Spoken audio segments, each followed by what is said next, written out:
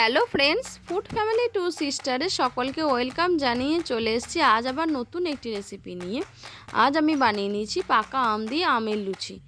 আমরা তো সকলে তাল দিয়ে তালের লুচি খেয়েই থাকি। আজ আমি বানিয়ে নিয়েছি পাকা আম দিয়ে আমের লুচি। আমি এখানে দুটো বড় সাইজের পাকা আম নিয়েছি, যেটা থেকে শাঁস বার করে নিয়েছি। এবার সেটা মিক্সিং জারের মধ্যে ভালোভাবে ব্লেন্ড করে নেব। তো খুব স্মুথলি ব্লেন্ড হয়ে গেছে। এবার যেটা করব, এখানে পরিমাণ মতো ময়দা নিয়ে নিয়েছি।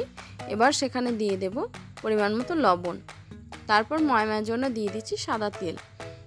ময়ামটা ভালোভাবে দিয়ে দিচ্ছি। দেখুন, হাতের মধ্যে চেপে দিলে খুব সুন্দরভাবে চেপে যাচ্ছে, অর্থাৎ ময়ামটা একদম পারফেক্ট হয়ে গেছে।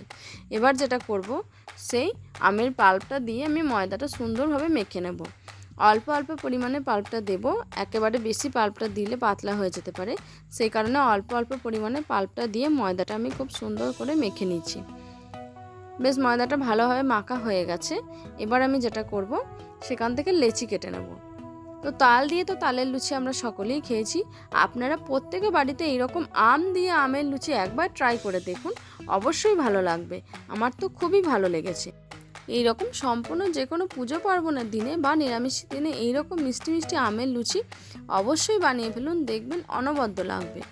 তো বেশ সুন্দরভাবে আমি লেচিগুলো কেটে নিয়েছি, তৈরিও করে নিয়েছি।